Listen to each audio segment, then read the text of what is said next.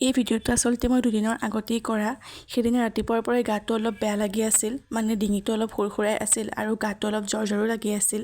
মই ভাবিছিলোঁ বতৰটোৰ সলনিৰ কাৰণে চাগে মোৰ চৰ্দি লাগিব, আৰু এনেকুৱা হ'লে মই প্ৰায় এটা বস্তু খাওঁ, এনেকৈ পানী গৰম কৰি তাতে তুলসীৰ পাত, জালুক, আদা খুন্দি দি অলপমান টাইম উতলাই তাতে অলপ মৌ মিক্স কৰি এনেকৈ দিনটোত এবাৰ নহয় বাৰু 2-3বাৰ খাওঁ, আৰু তেতিয়া বহুতখিনি আৰাম পোৱা যায়। এনেকৈ খোৱাৰ পিছত বাৰু গাটো অলপ ভালো পাইছিলোঁ আৰু দিনটো ভালেই আছিলোঁ, কিন্তু আবেলিৰ পৰা এয়া অৱস্থা, একদম পূৰা জ্বৰ আৰু ডিঙিৰ বিষত মই পানীও গিলিব নোৱাৰা হ'লোঁ। সেইদিনা ৰাতি ভালকৈ শুবই নোৱাৰিলোঁ, আৰু পিছৰ দিনা ডক্তৰক দেখুৱাইহে গম পালোঁ যে টনচিলত অলপ ইনফেকশ্যন হৈ গৈছে, আৰু এইবোৰ ঠাণ্ডা লগাৰ কাৰণেই হৈছে। এতিয়া মেডিচিন খাইছোঁ যদিও ভালেই পোৱা নাই। মই এটা কথাই কওঁ, এতিয়া যিহেতু বতৰটো ইমান সলনি হৈ আছে, ঠাণ্ডা বস্তুবোৰ যিমান পাৰে এভইডেই কৰিব।